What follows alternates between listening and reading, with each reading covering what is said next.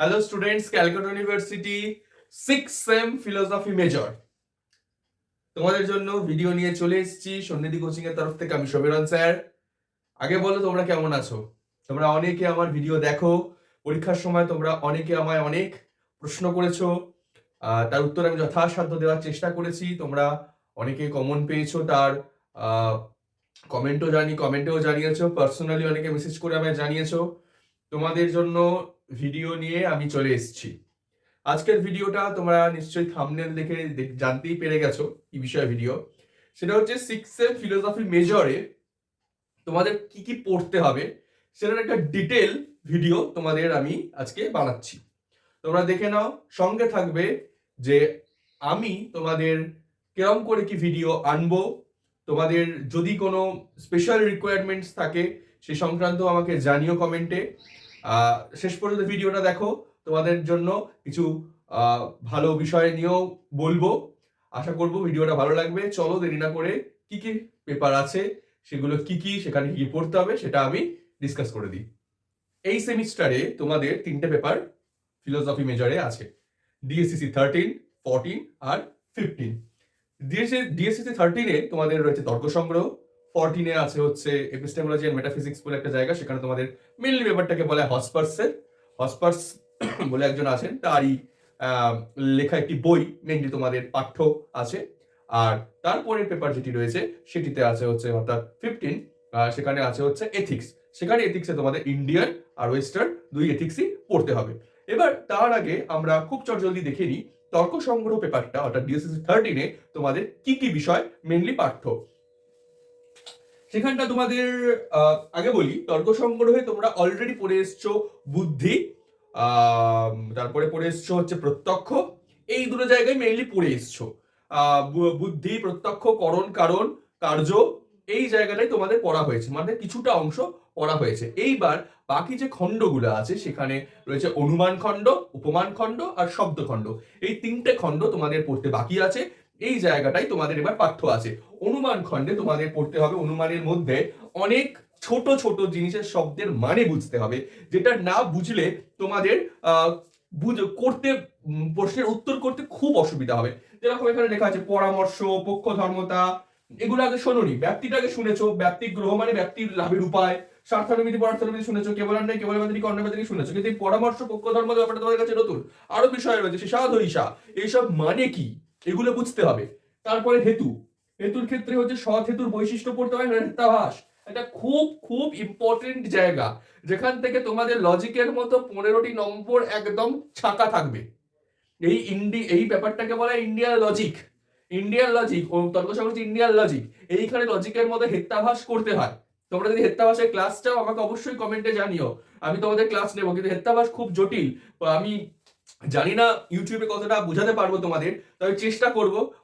কারণ অনেকটা টাইম নিয়ে করতে হয়, এতটা টাইম নিয়ে ভিডিও আমার আপলোড করতে একটু অসুবিধা হয়। কিন্তু হেত্যাভাস খুব একটি ইন্টারেস্টিং জায়গা। তোমরা এসএসসি পেপারটা খানিকটা পড়েছো, অত ডিটেলসে পড়া হয়নি হেত্যাভাস। যাই হোক, তারপরে আছে উপমিতি একটি প্রমাণ, তোমরা জানো সেটা স্বীকার করেছে। উপমিতির মধ্যে তোমাকে পড়তে হবে উপমিতি কেন তারা স্বীকার করলেন, নৈয়ায়িকরা স্বীকার করলেন, বাকি যারা ফিলোসফার্স আছে তারা কেন স্বীকার করেনি, বা সেখানে আরো কিছু কোয়েশ্চেন, অতিদেশ বাক্য বলতে কি বোঝা হয়, উপমিতি কিভাবে গঠন করা হয়, এই সব কিছু কোয়েশ্চেন কিছু রয়েছে। এই জায়গাটা রয়েছে, উপমিতি জায়গাটা খুব ইজি জায়গা এবং হয়তো শিওর একটা কোয়েশ্চেন থাকে। নেক্সট শব্দখণ্ড, এই জায়গাটা তোমাদের কাছে ভীষণ নতুন এবং ভীষণ ইউনিক এবং মনে রাখার বিষয় বহুত রয়েছে। তো যাই হোক, সেখানে তোমাকে পড়তে হবে পদ কি, পদার্থ কি, শক্তি কি, শক্তি গ্রহের উপায় কি, লক্ষণা কি। লক্ষণা সেম জিনিস নয়। লক্ষণ বা ডেফিনেশন আলাদা জিনিস, লক্ষণা জিনিসটা আবার আলাদা। তো এই লক্ষণা কি পড়তে হবে, বাক্য কি বাক্য হয়, অনেকগুলো বাক্য আছে, যৌগিক বাক্য, যোগরূঢ় বাক্য, রূঢ় বাক্য, এই সমস্ত অনেক ভাগ আছে। তারপরে যে লক্ষণারও কিছু ভাগ রয়েছে, জহদ লক্ষণা, অজহদ লক্ষণা, জহদ অজহদ লক্ষণা। যাই হোক, এগুলো আছে। আর একটা জিনিস আছে, তোমরা শুনলে একটু তোমাদের হাসি পাবে বা কিউরিওসিটিও জাগতে পারে, সেটা হচ্ছে আকাঙ্ক্ষা, যোগ্যতা, সন্নিধি।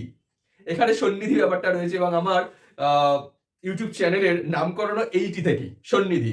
এই আকাঙ্ক্ষা যোগ্য সরি, আকাঙ্ক্ষা যোগ্যতা সন্নিধি মানেটা কি এটা বুঝতে হবে। এটা খুব ইন্টারেস্টিং একটি জায়গা, এবং সেটা তোমাদের যদি আমি পড়ানোর সুযোগ পাই, তোমরা যদি সেই সংক্রান্ত ভিডিও চাও আমাকে জানিও।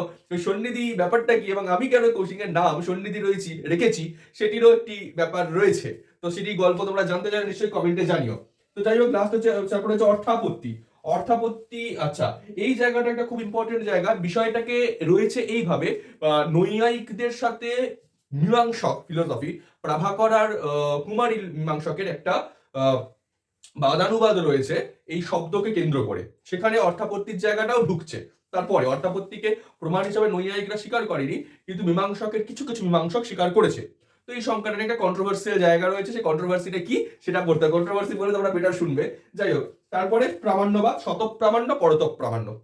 সিলেবাসটা বিশাল বড়, অনেক কিছু পড়তে হবে, কিন্তু চিন্তা নেই। তোমরা যদি ভিডিও চাও, সেটা ভিডিও তো আসবেই, এখনো সময় আছে। তোমরা যদি কোচিং চাও, এখনো জয়েন করে নিতে পারো।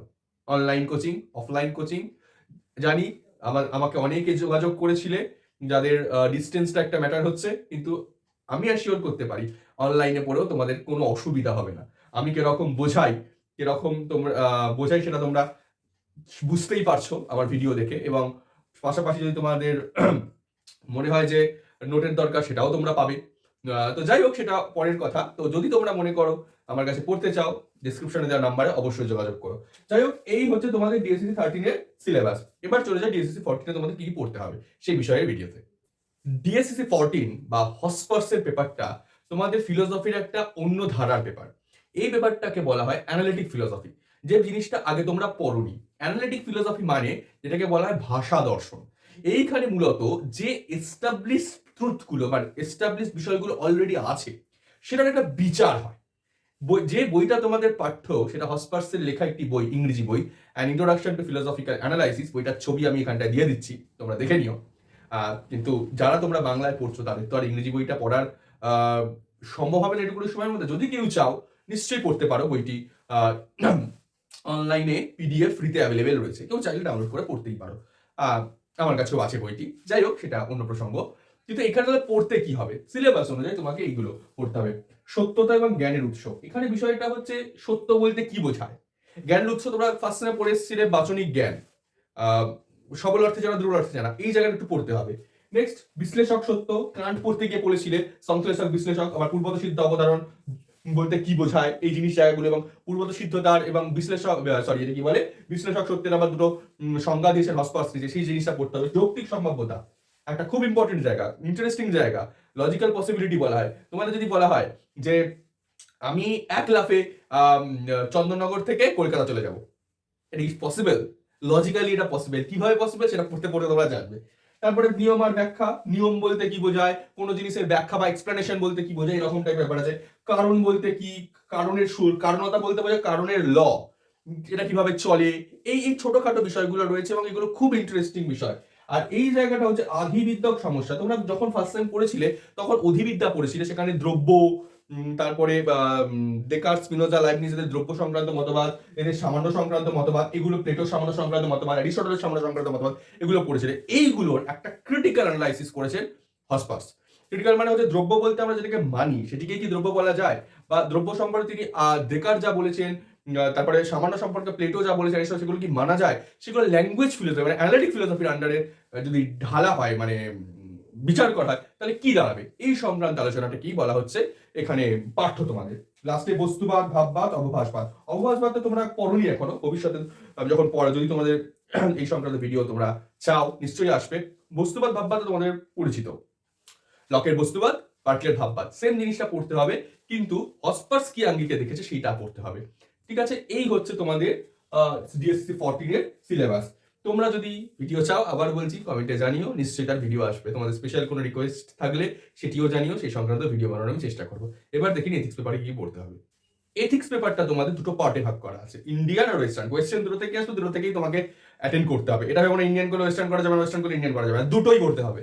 এরকম ভাবে কোয়েশ্চেন সেট করা হয়। তো আমি দুটো ভাগ করে নিয়েছি তোমাদের বোঝানোর সুবিধার্থে। ইন্ডিয়ান পার্টটা খুব ইন্টারেস্টিং, খুব আমার খুব প্রিয় জায়গাটা, সেটা হচ্ছে গীতার কর্মযোগ।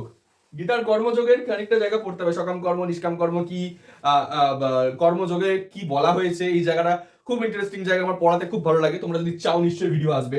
নেক্সট হচ্ছে স্থিতপ্রজ্ঞ। স্থিতপ্রজ্ঞের লক্ষণ কি? স্থিতপ্রজ্ঞ বলতে কি বোঝানো হয়? এখানে একটি শ্লোকের অর্থ বুঝতে হবে। স্থিতপ্রজ্ঞের লক্ষণ তোমাদের যদি আমি বলি, দুঃখেষ্টু নিরোধবিঘ্ন মনা সুখেষু বিগত প্রিয় বিতরাগ ভয়প্রদ স্থিতধীর মুনিরুচ্যতে, এইটা হচ্ছে শ্লোকটা। এর মানে কি, এটা দিয়ে কি বোঝানো হচ্ছে, এই জায়গা তোমাদের পড়তে হবে। নেক্সট পুরুষার্থ। পুরুষার্থ বলতে কি বোঝায়? বিভিন্ন প্রকার পুরুষার্থের মধ্যে ইন্টারকানেকশন, রিলেশনটা কি, তারপরে পুরুষার্থ হিসাবে মুখ্য ধারণা, এই ব্যাপারগুলো পড়তে হবে, তোমাদের এটা জানা জায়গা। নেক্সট বৌদ্ধ আর জৈনদের এথিক্যাল থিওরি। বৌদ্ধদের মধ্যে পড়তে হবে পঞ্চশীল, পঞ্চশীল পড়তে হবে, এবং পঞ্চশীলের সঙ্গে আরেকটা জিনিস পড়তে হয়, সেটা হচ্ছে ব্রহ্মবিহার ভাবনা। এই জায়গা থেকে কোয়েশ্চেন আসে মেইনলি। জৈনদের একটা বড় জায়গা রয়েছে, সেখানে রয়েছে তোমার ওই মহাব্রত, অনুব্রত, তারপরে রয়েছে হচ্ছে তোমার ত্রিরত্ন কি আছে, ত্রিরত্নটার জায়গাটা নেই। মহাব্রত, অনুব্রত আছে, আর আছে হচ্ছে তোমার এটা অহিংসা তত্ত্ব, জৈন অহিংসা তত্ত্ব। এই জায়গাটা খুব ইম্পর্টেন্ট জায়গা, এই দুটো জায়গা খুব ইম্পর্টেন্ট। আর মীমাংসা থেকে কয়েকটা জিনিস বুঝতে হবে, যে নিত্যকর্ম, নৈমিত্তিক কর্ম, নিষিদ্ধ কর্ম, এই জায়গাগুলো একটু পড়তে হবে। তো এই হচ্ছে ইন্ডিয়ান পার্টটা। ওয়েস্টার্ন পার্টটা দেখতে মনে হচ্ছে এইটুকুনি নয়, এর ভেতরে ভেতরে অনেক কিছু ঢুকে আছে। প্রথমত প্লেটো আর অ্যারিস্টটলের এথিক্যাল বক্তব্য, যেটাকে ইংরেজিতে বলা হচ্ছে ভার্চু এথিক্স। ভার্চু এথিক্স, তো এই জায়গাটা প্লেটো অ্যারিস্টটল এথিক্স বলতে কি বুঝেছেন, কোন কাজটা ঠিক কোন কাজটা ভুল, যে সংক্রান্ত কি বলেছেন, এই জায়গাটা পড়তে হবে। নেক্সট হচ্ছে এথিক্স সম্পর্কে, ওয়েস্টার্ন এথিক্সে আমরা কতগুলো থিওরি পাই, সেই থিওরিগুলো পড়তে হবে। তার মধ্যে এই তিনটে হচ্ছে মেন থিওরি: সুখবাদ, উপযোগবাদ, কান্টের একটা তত্ত্ব, যেটাকে বলা হচ্ছে হেডোনিস্টিক প্রিন্সিপাল, ইউটিলিটারিয়ান প্রিন্সিপাল, আর একটা হচ্ছে ডিওন্টোলজিক্যাল থিওরি। তো এই তিনটে ইংরেজি টার্ম। তো এখন ব্যাপারটা হচ্ছে এর মধ্যে না অনেক কিছু ঢুকে আছে। যেমন তার মধ্যে ঢুকে আছে, সুখবাদের মধ্যে ঢুকে আছে হচ্ছে তোমার বেনথামের বক্তব্য, তারপর সেখান থেকে এসছে তোমার মিলের বক্তব্য। উপযোগবাদের মধ্যে রয়েছে কর্ম উপযোগবাদ, নীতি উপযোগবাদ, এরকম করে করে ভাগ রয়েছে। কান্টের বক্তব্যটা থেকেই 3-4টে করে কোয়েশ্চেন আছে। কান্টের তত্ত্বটার মধ্যে বা বিষয়টা খুব ইন্টারেস্টিং এবং একটু জটিলও বটে, কান্টের থিওরিটা। তো সেটাও তোমাদের জন্য রয়েছে। সেটাকে বলা হচ্ছে তোমার ইংরেজি হচ্ছে, সেটা ইংরেজিতে একটু পড়তে হয় সেই জায়গাটা। তো যাই হোক, সেটা ইংরেজি একটা বই আছে কান্টের। তো কান্টের থিওরিটা যদি চাও তোমাদের আমি নিশ্চয়ই পড়াবো।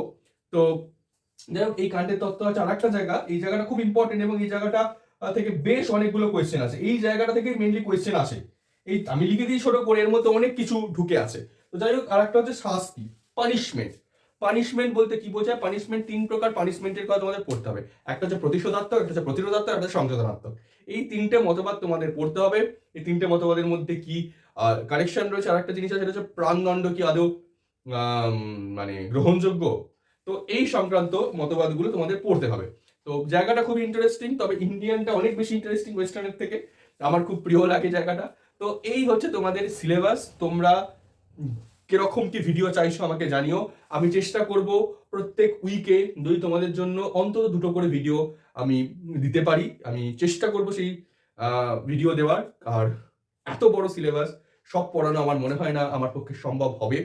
তো যদি তোমরা কোনো বিশেষ ভিডিও চাও সেই সংক্রান্ত একটি অবশ্যই আমি সেই ভিডিওগুলো দেব। এবং আরেকটা নতুন জিনিস আমি ভাবছি, তোমরা যদি চাও তবেই হতে পারে।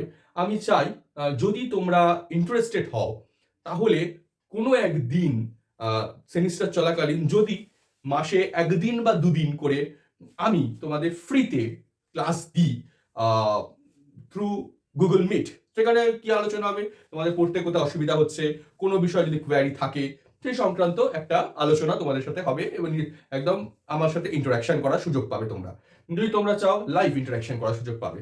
তো তোমরা যদি চাও, তোমরা চাইলেই তবে হবে। আর যে এমনিতে আমি চেষ্টা করছি যত বেশি করে তোমাদের ভিডিও দেওয়া সম্ভব হয়। আশা করবো আমার ভিডিওগুলো তোমাদের ভালো লাগছে। এরকম করে তোমরা দেখতে থাকো, তোমার জন্য ভিডিও অবশ্যই আসবে, সাজেস্টিভ ভিডিও আমিও আনবো, সাজেশনসও তোমাদের জন্য সব আসবে, সব ক্রমশ আসবে। সবই তোমাদের ইচ্ছা, তোমাদের কি ইচ্ছা, তোমাদের কি রিকোয়ারমেন্ট, সেটা তোমরা শুধু আমাকে জানাও। তো যাই হোক, আশা করছি ভিডিওটা আজকে ভালো লেগেছে। তোমাদের জন্য অনেক কিছু অ্যানাউন্সমেন্ট করলাম, সে ভিডিওটা পুরো নিশ্চয়ই দেখেছো। আশা করছি তোমরা যখন এতক্ষণ দেখেছো নিশ্চয়ই কিছু না কিছু ভালো লেগেছে। আজকের ভিডিওটা এই পর্যন্তই। ভালো লাগলে সাবস্ক্রাইব করো, আমাদের চ্যানেলকে লাইক করো, শেয়ার করো। অসংখ্য অসংখ্য ধন্যবাদ তোমাদের ভিডিওটা দেখার জন্য। এখানে শেষ করলাম।